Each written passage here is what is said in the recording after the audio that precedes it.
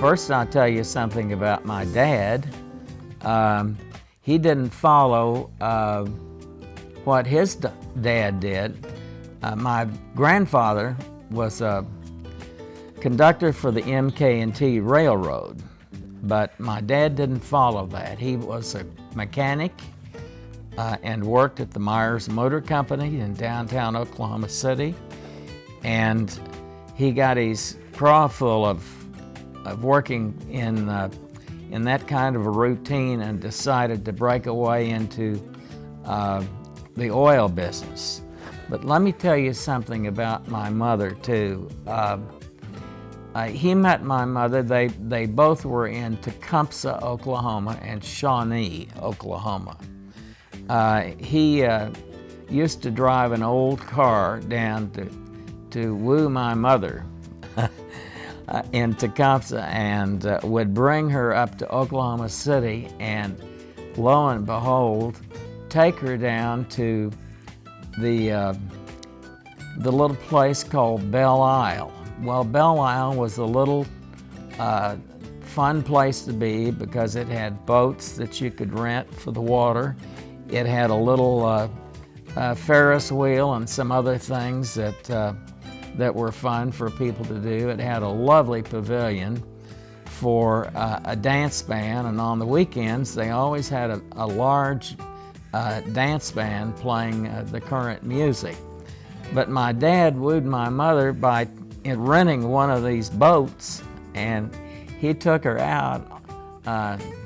That's Main Sea Corner, out on the water, and they rode around, and pretty soon he picked up his ukulele.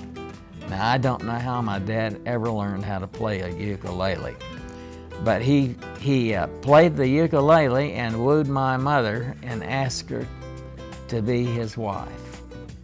And I thought that was so sweet, to remember something as dear as Belle Isle and my parents being down there, and all of a sudden, if you look, you'll see that that's only 2 blocks from where I'm living right now with my wife, Betty, our corner.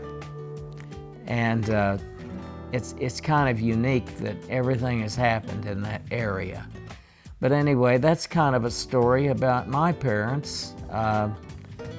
We had a rather large family scattered all over the place. We have a Dr. Dick Williams that's located in Tulsa, and he's a general practitioner doctor. There are other people that I had 4 old maid aunts that all had different kinds of businesses that were interesting. One of them had a dress shop. One of them worked for the county clerk, and I can't tell you what the other 2 did, but they all had jobs and they all lived in Tecumseh, Oklahoma. Tecumseh, Oklahoma, I think probably had 100 people living there at the time. It was an awful place to go as a child to spend 2 weeks in the summer because there wasn't anything to do. There was one movie house, and they played the same show for a full week before they changed it. So anyway, that gives you a little background about my parents. I'm Richard C. Corner, and I'm sitting here in a chair to try to tell you a little something about my life, and I hope that it'll be interesting and short, but it probably won't. So let's begin about 1936, when we moved from just a couple of blocks from where we live right now on 46th Street, Northwest 46th, in Classen, and we moved over to the east side of town where the OU complex is now. They tore down all of those buildings in that area, and before they did, we lived there. And we lived on a 2nd story of a building, and I heard things through the radio And I said, you know, I'd like to do that. I'd like to be able to put my voice through the radio. I wonder how I can do that. So I had a headphone. And why I had a headphone, I'll never know, but I went into the back of the radio phonograph that we had and began to touch a couple of bare wires to different things. Well, I got shocked terribly a couple of times, but I finally got on the top of a tube and a ground wire, and all of a sudden, voila, I could hear myself through the radio voice, through the speaker. And that just whet my appetite to do something through that radio. So moving along, and we'll try to make this short as possible, we moved to Edmond, and I began to do a lot more things with the microphone, which turned out to be an earphone, really. That's all a microphone is an earphone, except it's better and built differently. But anyway, the gist of that was I began to talk through the radio, and then I wanted to be able to play music. 78 records. We had a pretty nice collection of music, and some way or another I fooled around and I got the phonograph to play through it along, and I could talk over the top of the records. Well, without today's modern boards or anything, I was talking and playing music through the radio when I was 11 years old.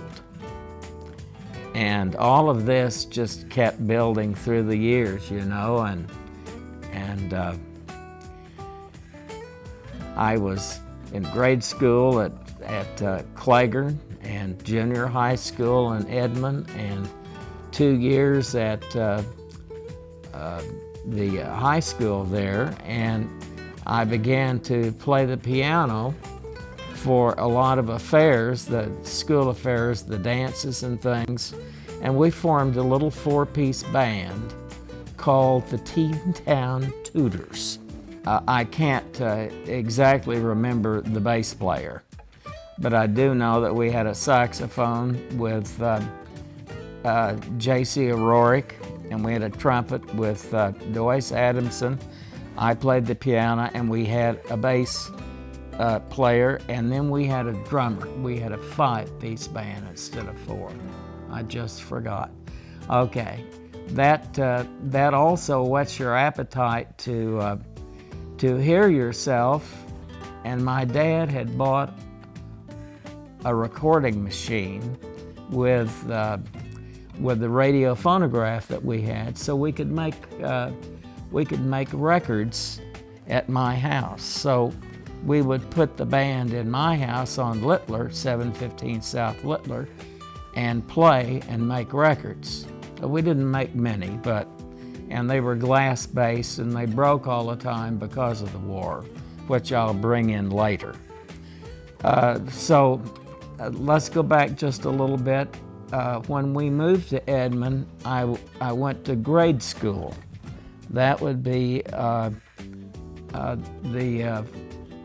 the 4th and 5th grade, I believe. Then I went to junior high school, which would be 6 and 7, and then 2 years, 8 and 9, for the high school. Now, the high school is where the band got started, and I had quite a following of young ladies, by the way. I had, usually when I went home, 3 or 4 of those giggly ladies were following me. They came home to hear me play the piano. Now that's kind of bragging, I think, and I shouldn't do that perhaps. So we've gotten ourselves along pretty well, and in the process, you know, I left out one important thing. Early on, before I could talk through the radio, I did rig up 2 tin cans and a string, and I had my mother at one end of the string with the can, and I had the other one, and we tried to talk to each other through 2 tin cans, as you will see now in the Progresso commercials for soup that they're advertising on the television now. So anyway, let's get back to our story. My dad was a carpenter, besides being an oil and gas leaseman, and very successful at that.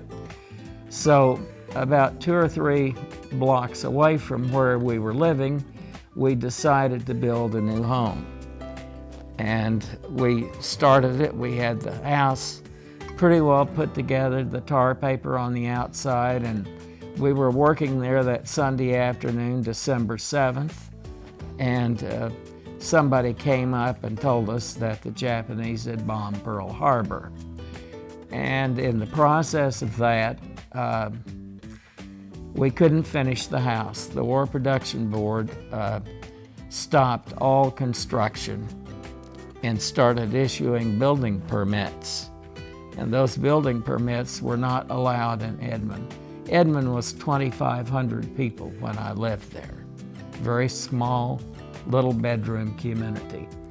But we decided that perhaps Oklahoma City might be a place we could build the house. So we decided to tear down the house on Elm, which is, I think it was about 800 Elm. And we tore the house down. My dad taught me how to take a board off of the building and take the nails out of it. And prior to that, he had built a boat trailer. And every night we moved whatever lumber I had ready down to Oklahoma City to build the house. And being innovative, and my dad being such a fan of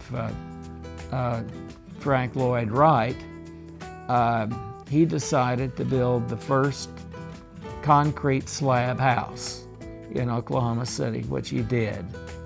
And we took the house way up off the ground by about 2 or 3 feet so that there would never be a flood, but we were not in a flood area anyway. But anyway, we built our house, and that was along about 1942. And I enrolled then in high school at Classen High School, which is 18th and Ellison. And I rode the interurban from Edmond to 17th and Classen every day to go to class.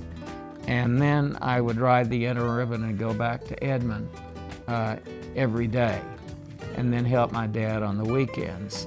And we built our house and we moved into it in 1943. In the process of this, there wasn't a band anymore because that was in Edmond. And 2 of the players were drafted. And so they went to war, and I didn't. And this is going to be the part at Classen High School. Anytime that they had an event at Classen High School, they always had a dance afterwards. And many times they would push in a piano, and I would play for the students to dance to. We had a great time. There was another great piano player that played too also, and it was Richard Shreve. And I know he probably went on to fame and fortune because he played so well. And of course they had a dance band also with Mr. Pitts. I don't know, I can't remember Mr. Pitts' name, but they had a 16-piece dance orchestra that played also for those things. And I waited through high school, and all the kids used to come out to our house, and my mother would, on Friday night, push all the furniture into another room in the house so that the kids could dance, and none of them knew how to dance. So my mother taught most of them. They all danced with my mother and learned how to dance, and we had great music, you know, and she fixed banana cream pie, and she fixed hamburgers, and we got the man down the street, Williams store down there. They would let you have 6 Cokes a week is all you were allowed, but he knew that we weren't doing anything wrong, so he'd let us have a dozen. So we had plenty of Cokes for everybody, and then I tripped on down to OU to start to school. And my dad wanted me to be, first he wanted me to be an architect. So I studied under Mr. Brown, architecture at Classen. And I didn't like it, and I didn't do what I should do in it. So that one went by the board. So my dad said, well, we're gonna get you in down to OU and you can be a geologist. So I enrolled in the geology school and didn't do too well with it, because it wasn't long that I found out that I was partially colorblind, and to be partially colorblind would not be a good thing to have, because you have to see the hues in rock, like pinks and reds and things, and those colors I didn't see well. So I had a perfect opportunity to say I couldn't be a geologist. Ha ha. So I weaseled out of that deal. Quite by accident, really, because I enrolled in a course at OU, a 2-hour course in speech, and I perhaps was the first person to ever bring a wire recorder to class with my project.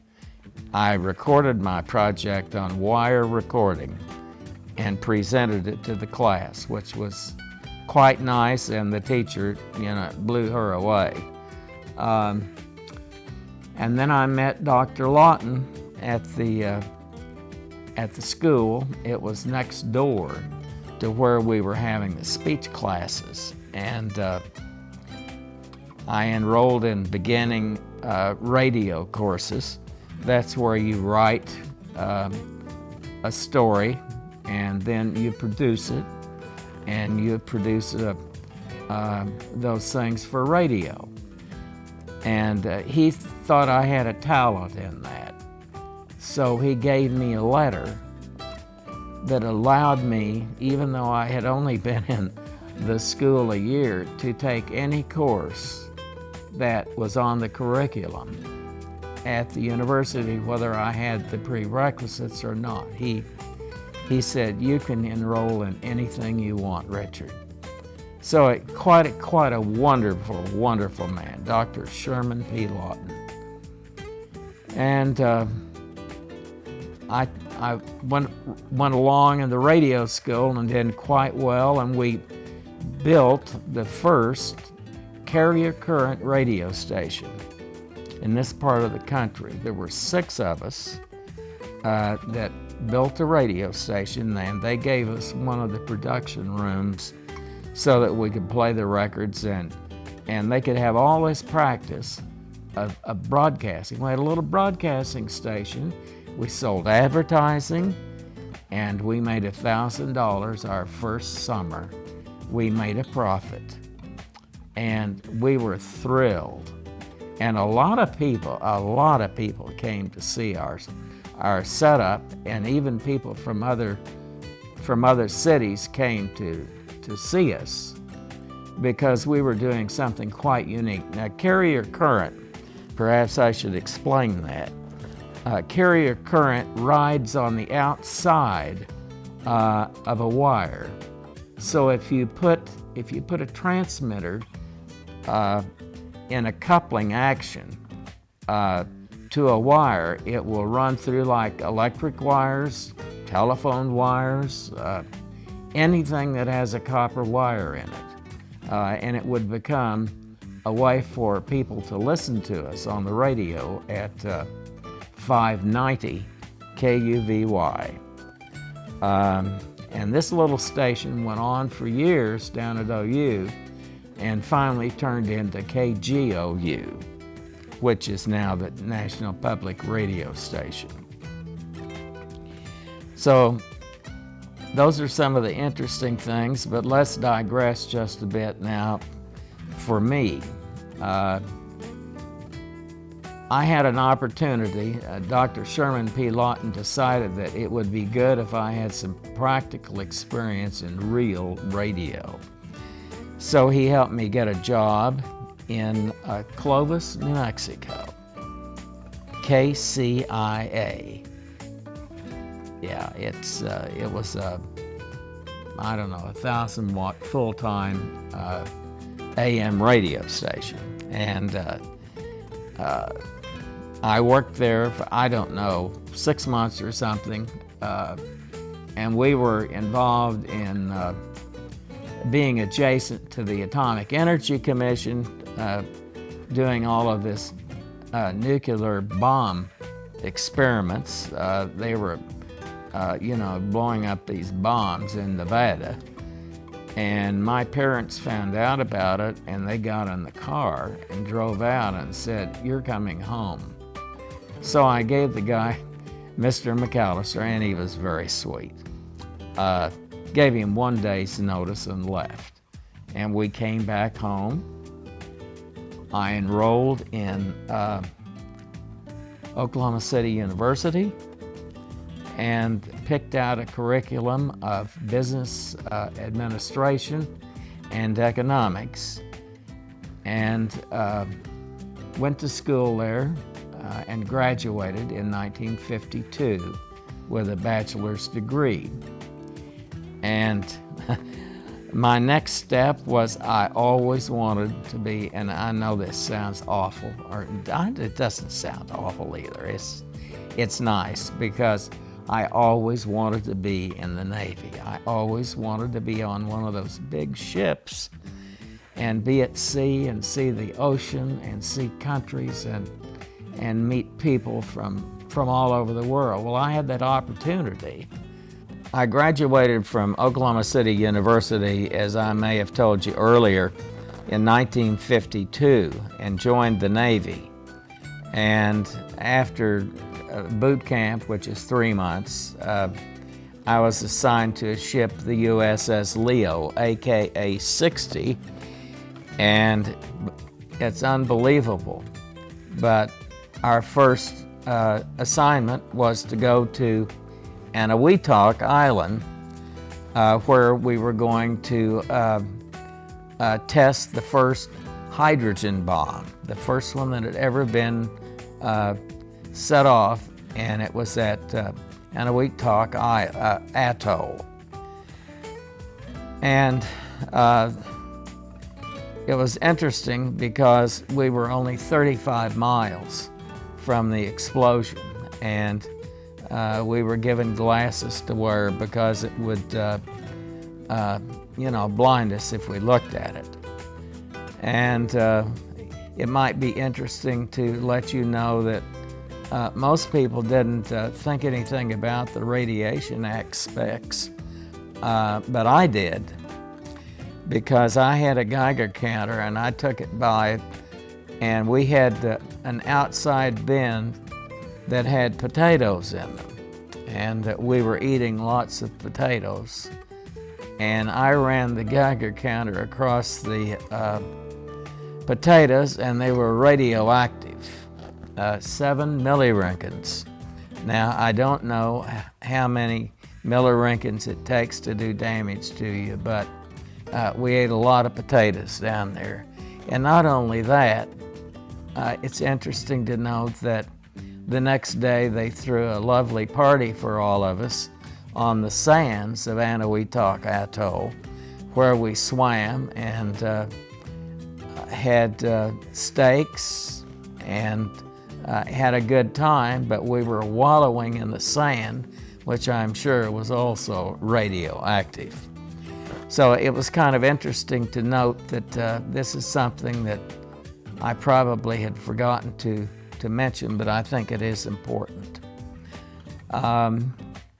After the experience at Anahuac, we came back to the United States, and our next assignment was to go to Alaska. And we were in Alaska 92 days, resupplying little places like Cape Hope and little places that are hardly even on the map, because most of them were, Navy places that they didn't want people to know that they were there or what they were doing there. So they would have a group of Navy people there, and we would take all kinds of supplies, food, in some cases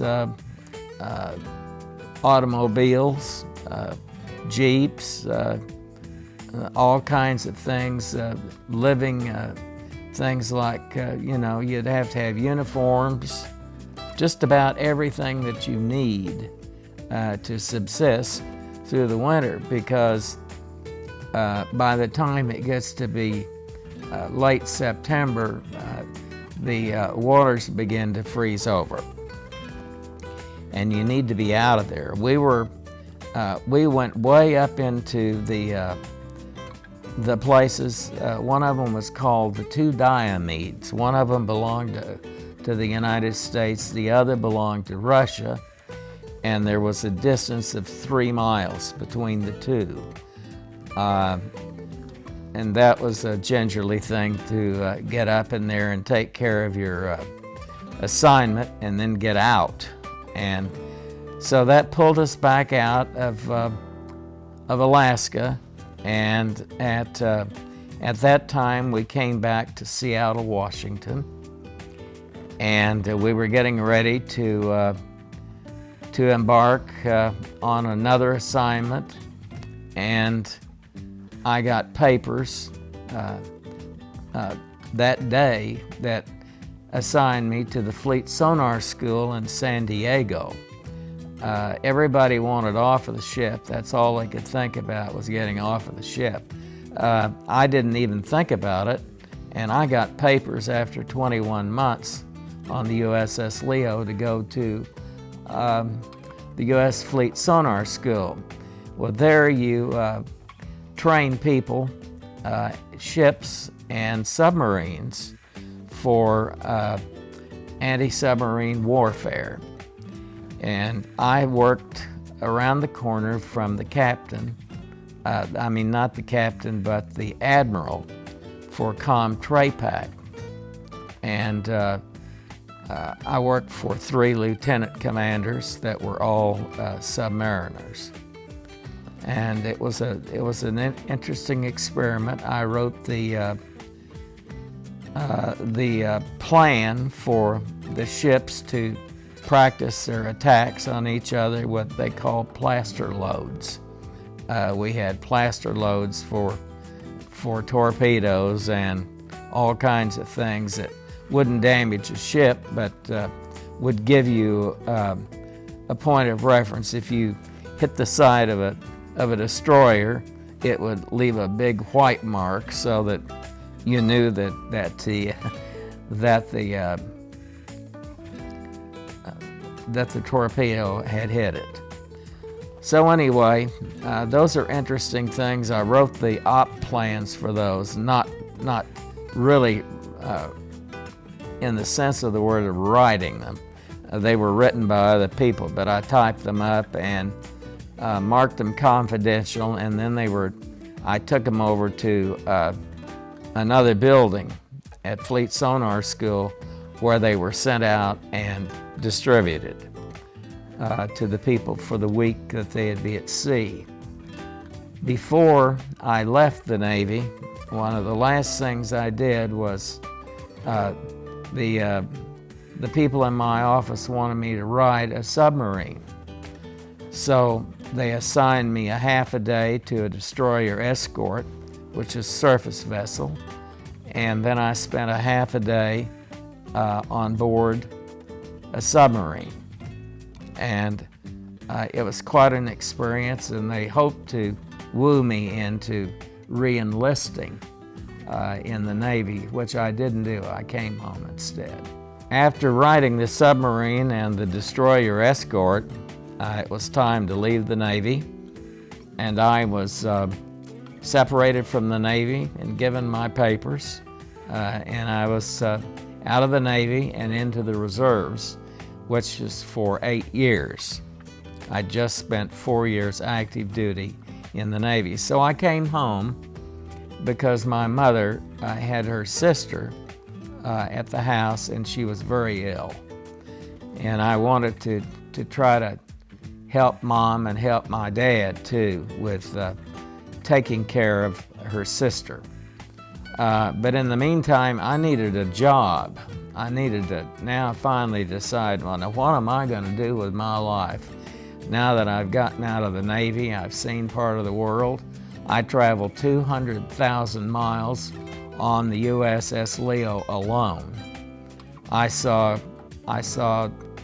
Japan, Korea, the Philippine Islands, Guam, Alaska, so many places in Alaska. I had quite an education of seeing those things like that. So I'm back home, and nothing really to do except my dad said, well, I said, here you are, you have the only person that's ever graduated from the university. And that was quite a feat, and everybody was real happy about that. So I went with my dad. He had an office downtown in the Republic Building, which is the old Braniff Building. And I went to work for him, and I got into geology in the aspects of the oil business in leasing royalties and mineral rights to pieces of property. One of his first assignments, he worked for the City Service Oil Company and the Carter Oil Company as a landman. He bought so many leases, hundreds of thousands of acres of leases. So he got the assignment to lease the town of Laverne for gas exploration. And so he gave me the job. He said, I'll pay you very nicely if you will type these 5,000 leases for me. And I'll give you half of what I get. So I typed the 5,000 leases, and sure and behold, he gave me $5,000 for my efforts, and I thought that was wonderful. It's 1948, and it's in the summer, and there's a new station in town at 1140 on the AM dial, KLPR. And here was a station that I might be able to work for. So I went to the people, the powers to be at KLPR. They were in Capitol Hill, that's South Oklahoma City, on Southwest 29th Street, where their offices, and the radio part was out on the highway down by Moore, Oklahoma. So I went in, and they said, well, we can't pay you anything, but if you want to write copy, and that's writing commercials, we'll give you a job this summer and see how you work out, and if you work out, we'll put you on the payroll in the fall. So I went there every day, rode the streetcar to South Oklahoma City, to Capitol Hill, and wrote copy. I had 100 accounts that I wrote for. And bought a lot of magazines on my own. I bought my own lunch. They furnished me nothing except a typewriter and some paper. And I got lots of experience. And it was a great radio station. And they had a man that was on in the noon hour and the early part of the afternoon, Grant Ladd. And he had quite a following, a real big following, in fact. And it's ironic because in later years, I turned out to hire a Grant lad. But in the meantime, I had been doing a bit of skullduggery because I found out there was an FM radio station that the Oklahoma City school systems owned, which was KOKH-FM.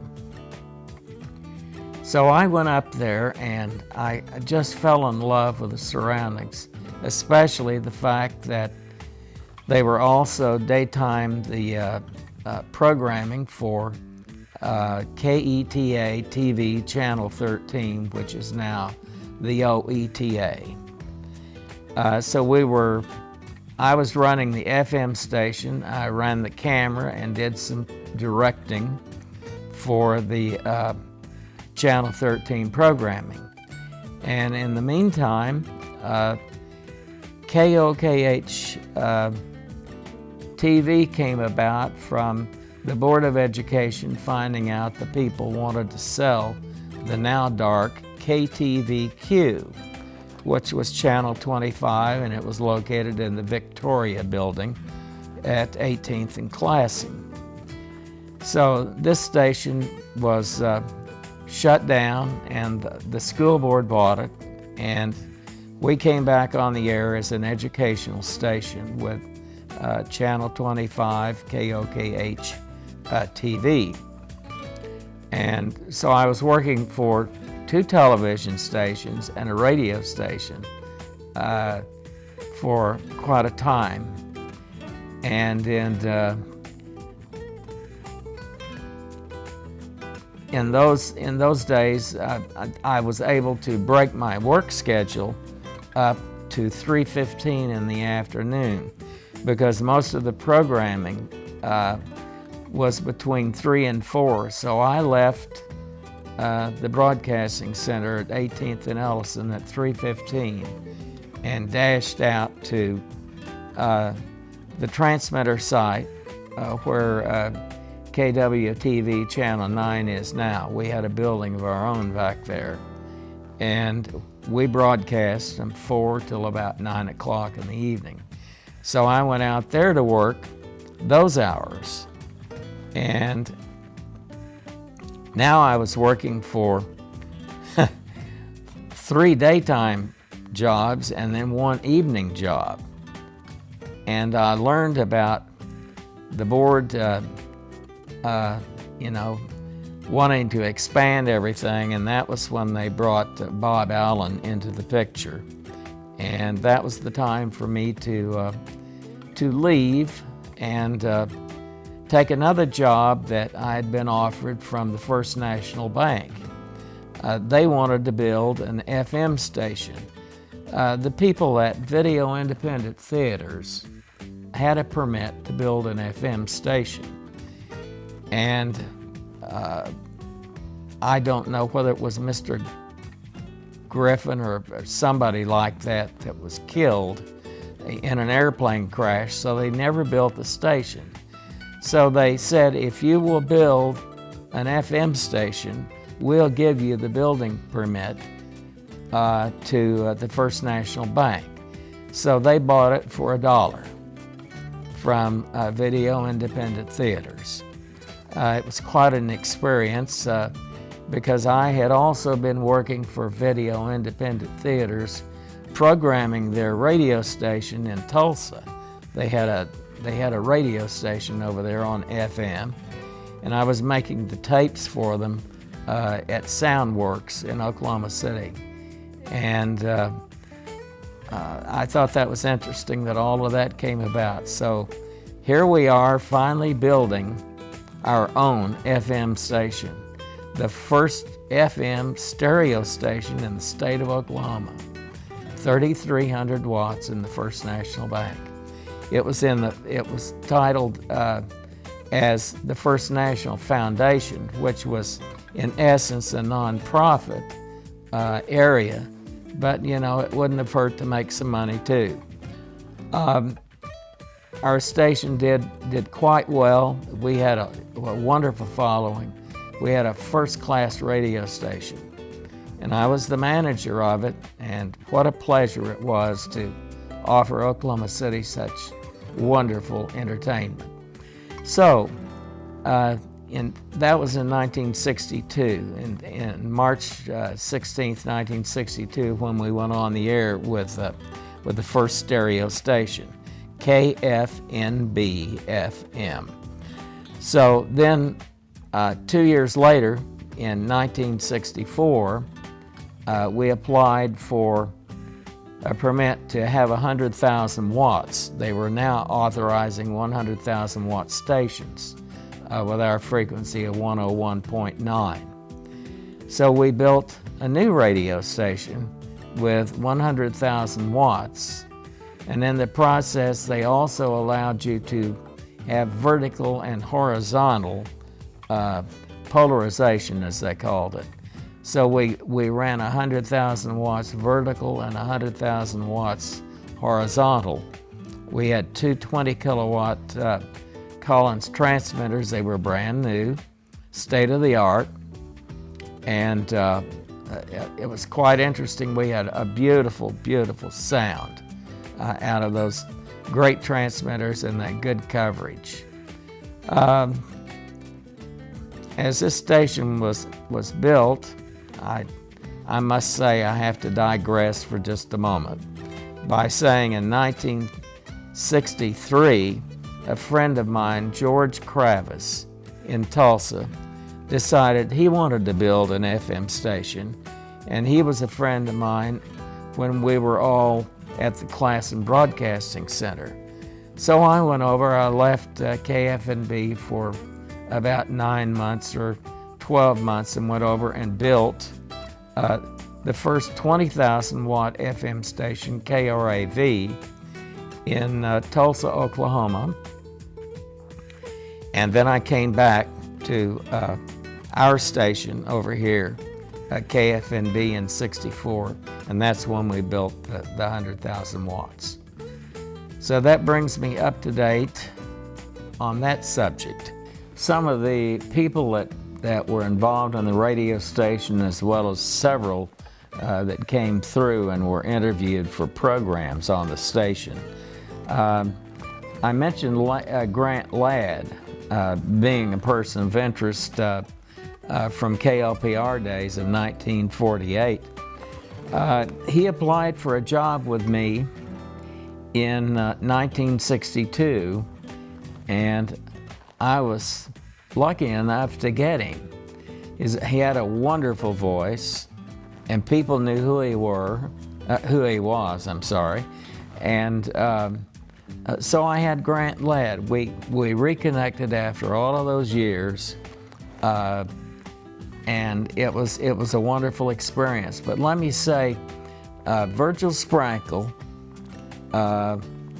was the building manager of the radio station. Of the building, but he was also the president of the corporation for the radio station.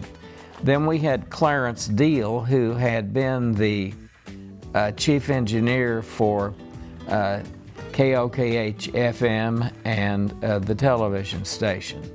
So we had those two folks and myself, the three of us put the station together.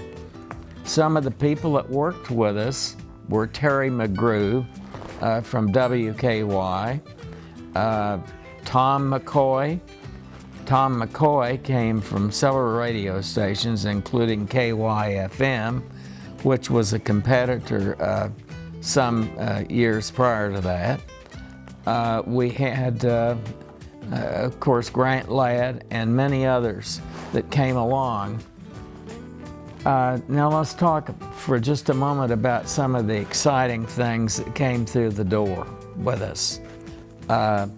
Almost always when there was some kind of a function, we would interview people like Arthur Fiedler from the Boston Pops was in our studio for an interview. I interviewed Wanda Jackson. She also came out to my house on Classen and recorded on my kind of broken down recording machine to make a test to send to somebody to try to get a recording contract. Also, Ginger Rogers came through and was interviewed by Ted Ebright, another one of our stars of people at KFNB. Let me see if I can think of some others.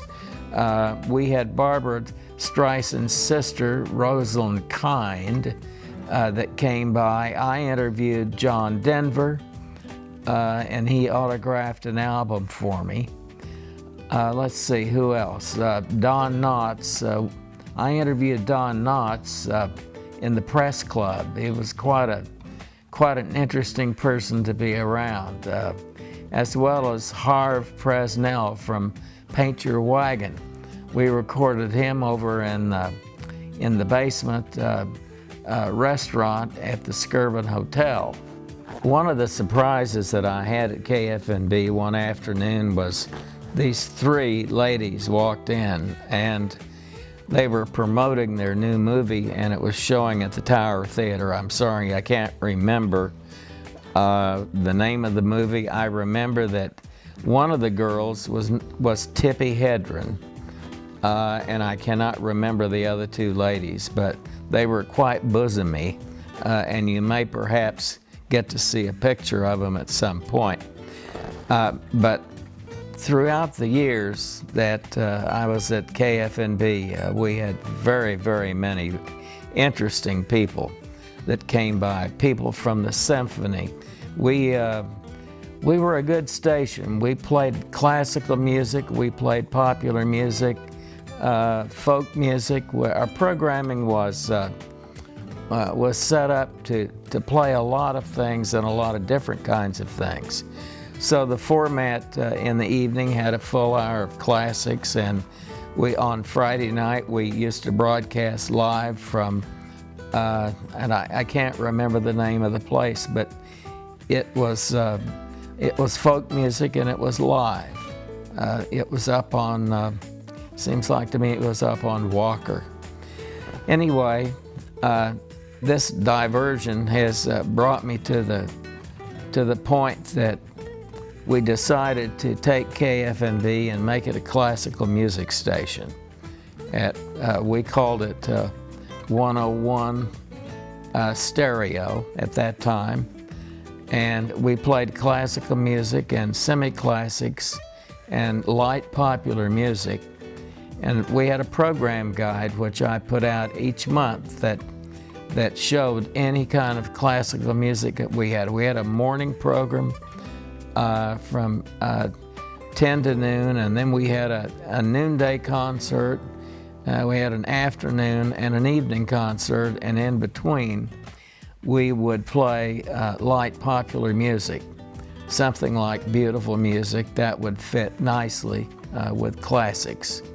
So it was quite interesting to send this program guide out. Our listeners would write in and we'd add them to our list, and we had quite a nice list, several thousand people that asked for the guide. It did not make us any money, and eventually we had to drop the classics, and at that time we went to a beautiful music format which was programmed out of the Hancock Center in Chicago, called Today's Beautiful Music. Well, Today's Beautiful Music put us on the map. We only had one competitor, and that was KKNG. They were doing the very same thing we were, but two of us were fierce competitors of each other. And we did quite well, and they did quite well. With Today's Beautiful Music, we made a name for ourselves. And at that point, the sales were not what they should be, so the foundation which we were under decided to sell the radio station.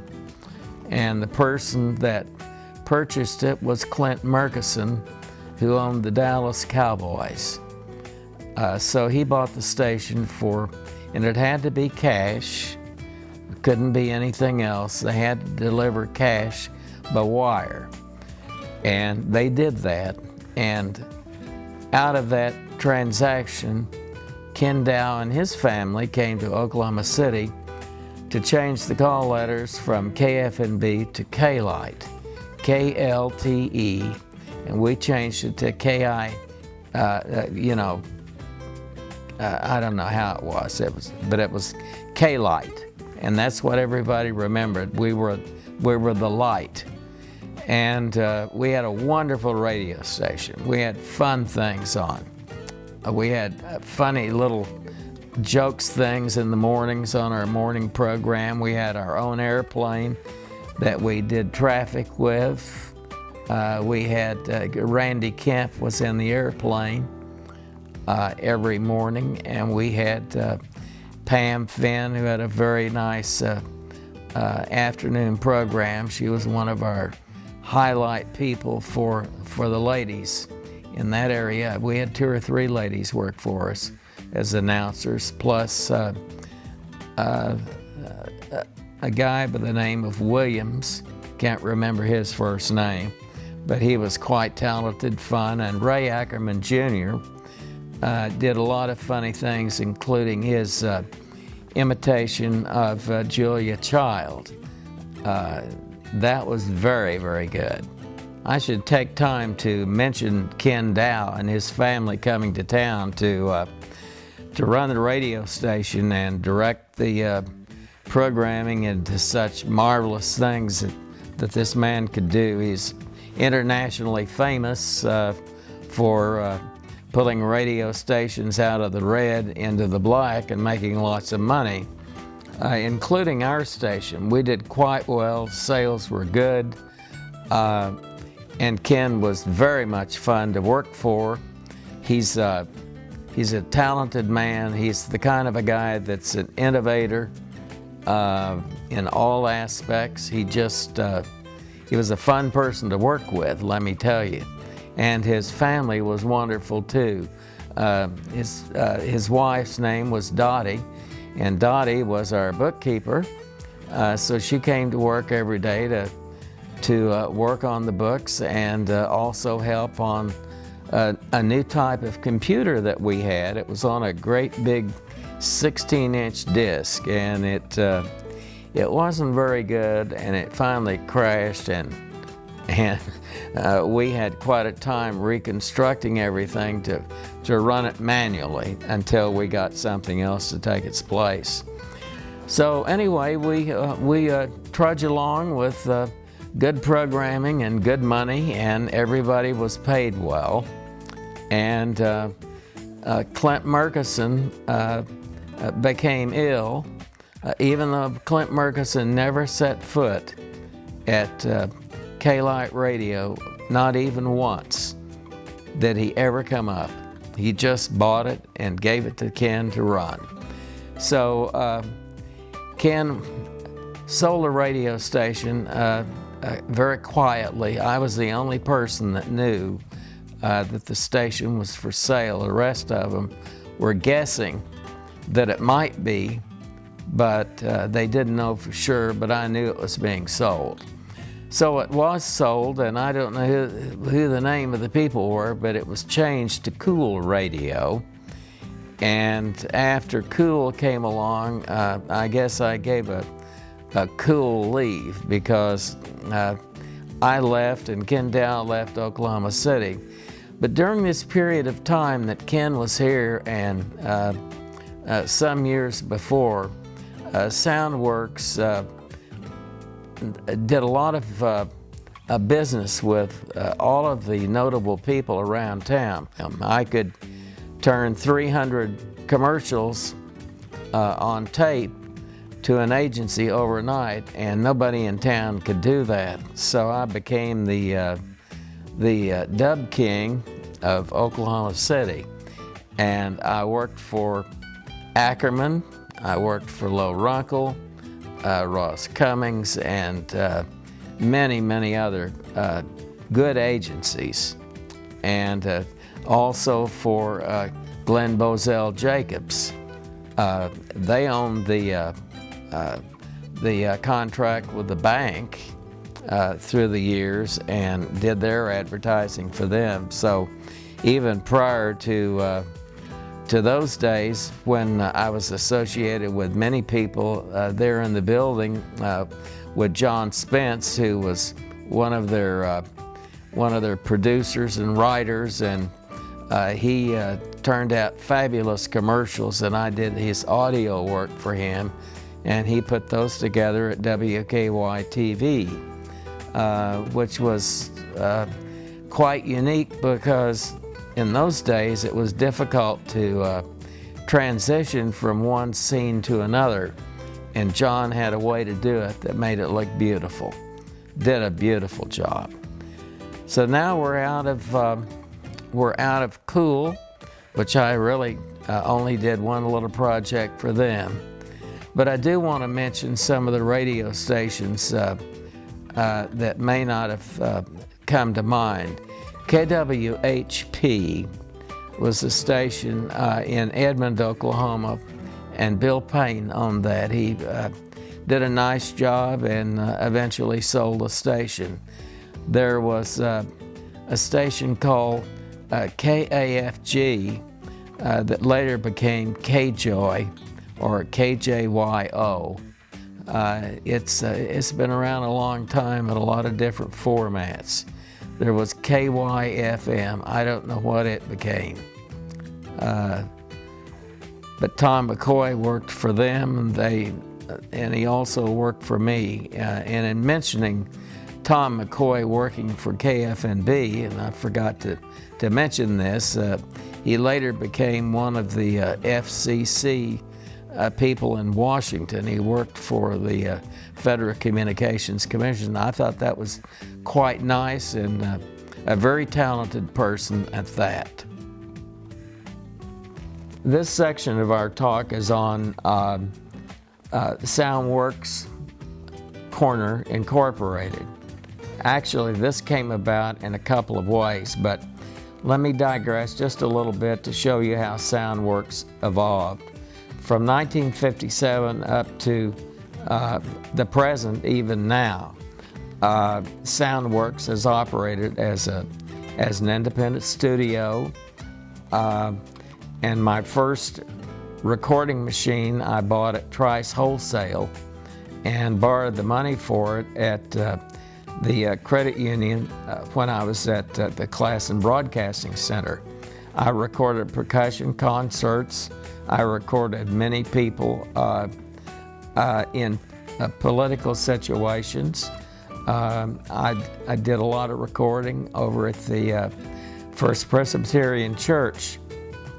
I built my studio in the building behind where I live at 4905 North Classen Boulevard. And we have a studio where we have about 4 people. So it's called a voice-over studio. It's not a studio that you record bands or anything like that. So it's quite interesting to see how I had almost every notable person in town come through. I had David Boren recorded in the studio, George Nye, many people from the political areas. I just couldn't name them all, hundreds of them probably, as well as working for agencies, doing commercials. I'd like to talk just a minute about my parents. I had their backing and their love and everything that went with anybody that wanted to really succeed in business. And I did have to try, if that's not the rest of the sentence. So, as my mother had passed away, my dad was on his last few moments. I did get to see him, and I'd gotten a call from Virginia Dunaway at the Low Runkle Company. They had been away from me for a period of time where I wasn't getting their business. And she called and she said, "Would you like to have our account back?" And I said, "Oh, yes, I would." So I went to tell my dad, and I told my dad, "Don't worry about me, because I'm going to make it. I've got the Runkle account again. I just got it today, and I'm getting ready to start to work for them tomorrow. So you don't have to worry about me not having enough of anything. So I'm set, and my business will be good from then on. And of course it was. It just kept growing and growing and growing. I did quite well.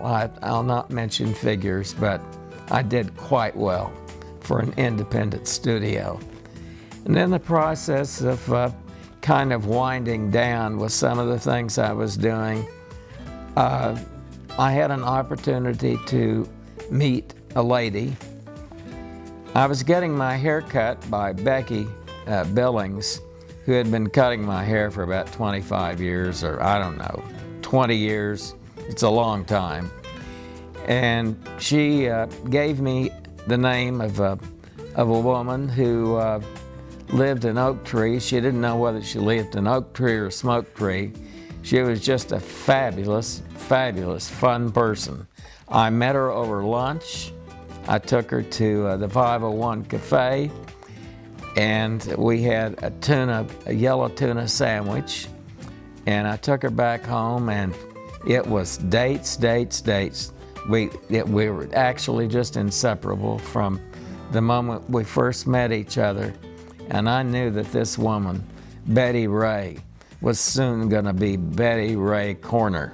And she was. 8 months later, we got married, and I took her on a Windjammer cruise for our honeymoon, and we went to the Caribbean.